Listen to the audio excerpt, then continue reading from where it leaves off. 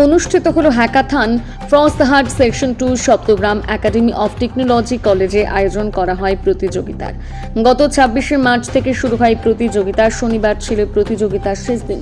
কলেজের কো-ফাউন্ডার অনিন্দিতা ব্যানার্জি বলেন, এই প্রতিযোগিতায় নিয়ে দ্বিতীয়বারের জন্য অনুষ্ঠিত হচ্ছে। এখানে বিভিন্ন ট্রাক দেওয়া থাকে, প্রবলেম দেওয়া থাকে, সেগুলো অংশগ্রহণকারীদের সলভ করতে হয়।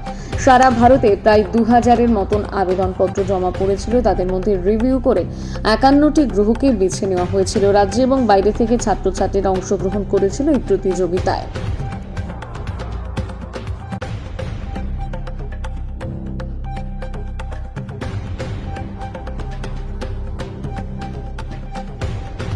এটা হচ্ছে হ্যাকাথন ফ্রস্ট হ্যাক সিজন 2, এটা আমাদের সেকেন্ড টাইম হচ্ছে।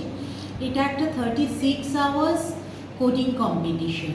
কোডিং বা আইডিয়াস নিয়ে বিভিন্ন ট্র্যাক দেওয়া থাকে, তার উপরে প্রবলেম স্টেটমেন্ট দেওয়া থাকে, সেটা ওরা সলভ করে 36 আওয়ার্সের মধ্যে। এটা অল ইন্ডিয়ায় প্রায় 2000 অ্যাপ্লিকেশন আমরা পেয়েছিলাম। সেখান থেকে বিভিন্ন ইউনিভার্সিটি, আইআইটি সব ইভ্যালুয়েটারদের দিয়ে রিভিউ করিয়ে একটা 51 গ্রুপকে সিলেক্ট করা হয়েছিল, ফাইনালাইজ করে তাদের নিয়ে এই কম্পিটিশনটা। বিভিন্ন কলেজ থেকে, পশ্চিমবঙ্গ এবং বাইরের স্টেটগুলো থেকে পার্টিসিপেন্টরা এসছে এখানে। আজকে কোন কোন কোম্পানি এসেছিলেন? আজকে অন্য অন্য বিভিন্ন কোম্পানি তো আজকে কলেজে এসেছিলেন। না, আজকে তো কোম্পানি আসার কথা না, এটা স্টুডেন্টদের কম্পিটিশন। কিন্তু টিসিএস ওরা আমাদের নলেজ পার্টনার। এই কম্পিটিশনটা ওরা কোলাবোরেট করে, ওরা ইভ্যালুয়েশন, জাজমেন্ট এগুলো সব করে। এর আগে মেন্টরিং করেছে, ওই প্রবলেম স্টেটমেন্টের ওপর ক্লাস নিয়েছে পার্টিসিপেন্টদের অনলাইন। টিসিএস আমাদের নলেজ পার্টনার। এই কতজন ছাত্রছাত্রী অংশগ্রহণ করেছিল? এটা ধরুন 51টা টিম ফাইনালাইজড হয়েছিল। তার মধ্যে কোনো টিমে 3 জন, কোনো টিমে 4 জন করে আছে। তাহলে এই প্রোগ্রামটা নিয়ে ফোকাসটা কী থাকবে? প্রোগ্রামের মেন ফোকাসটা কী? ওই যে creating something, building something new, মানে ওরা যেটা পড়ছে সেটা অ্যাপ্লাই করে নতুন কিছু ক্রিয়েট করবে। আর ছেলেরা শুধু জব ওরিয়েন্টেড হবে না, ওরা নিজেরা কিছু তৈরি করলে কি রাদার অন্যদের জন্য জব প্রোভাইড করতে পারবে।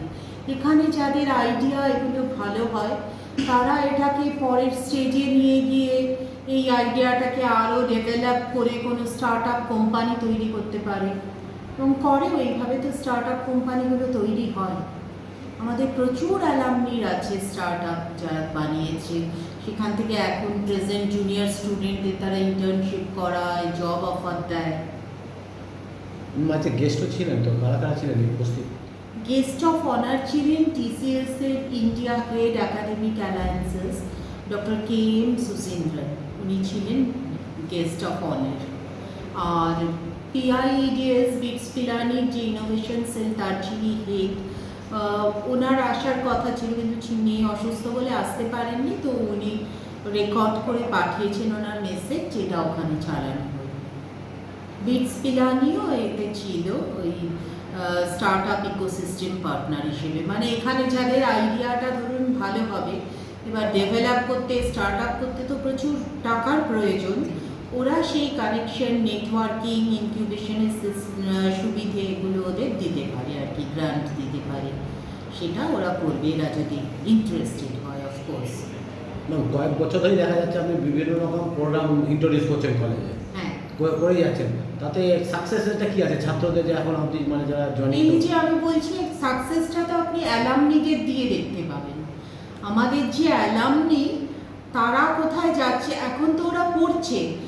সাকসেসটা তো পাশ করে বেরিয়ে কি করছে। নট অনলি দ্যাট, পাশ করার আগেও আপনারা দেখেছেন যে সেকেন্ড ইয়ারের স্টুডেন্ট, তারা গুগল থেকে 1.3 crore গ্রান্ট পেয়েছে তাদের স্টার্ট আপের জন্য।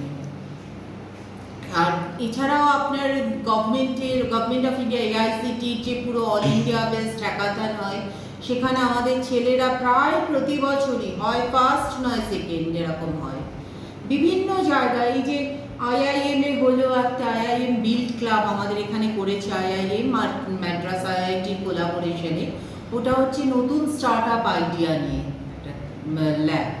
সেই বিল্ড ক্লাবের কিছু কম্পিটিশন হলো, 3টে তিনটেতেই একাডেমি অফ টেকনোলজি উইনার আমাদের টিমে, স্টুডেন্টের টিমেরা।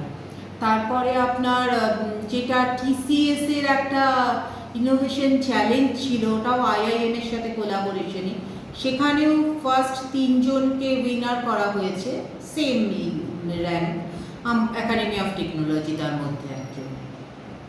এইগুলোই সাকসেস আর কি। অনেক ছাত্র আছে যাদের খুব ক্রিয়েটিভ আইডিয়া থাকে কিন্তু অর্থের জন্য পিছিয়ে যায়, হয়তো আপনার কলেজের স্টুডেন্টই হতে পারে। আমাদের কলেজে তো আমরা নিডি স্টুডেন্টদের কমপ্লিট সাপোর্ট দিই, আপনি খোঁজ নিলে জানতে পারবেন। এবং অন্যদের না জানিয়ে গোপনে অনেক স্টুডেন্টের থাকা খাওয়ার খরচাও বহন করা হয়, যদিও সেটা গোপনে, যাতে তার কোনো রকম আত্মসম্মানে আঘাত না লাগে অন্যদের কাছে। এছাড়া পড়ার খরচ তো প্রচুর।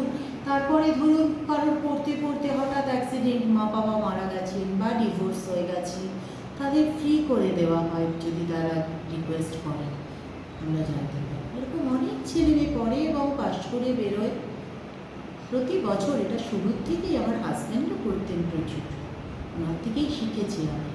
প্লেসমেন্ট কীভাবে হয়? প্লেসমেন্ট তো বিভিন্ন কোম্পানি আসে, সেখানে কম্পিটিটিভ টেস্ট হয়, সেখানে আমাদের প্লেসমেন্ট রেকর্ড তো আপনারা জানেন, academy of technology it's excellent, one of the best placement record in West Bengal. Okay, madam নামটা? হ্যাঁ বলি। ম্যাডাম নামটা বলে দিন। আমার নাম অনিন্দিতা ব্যানার্জি, আমি একাডেমি অফ টেকনোলজির কো ফাউন্ডার আর চেয়ারম্যান ট্রাস্টি।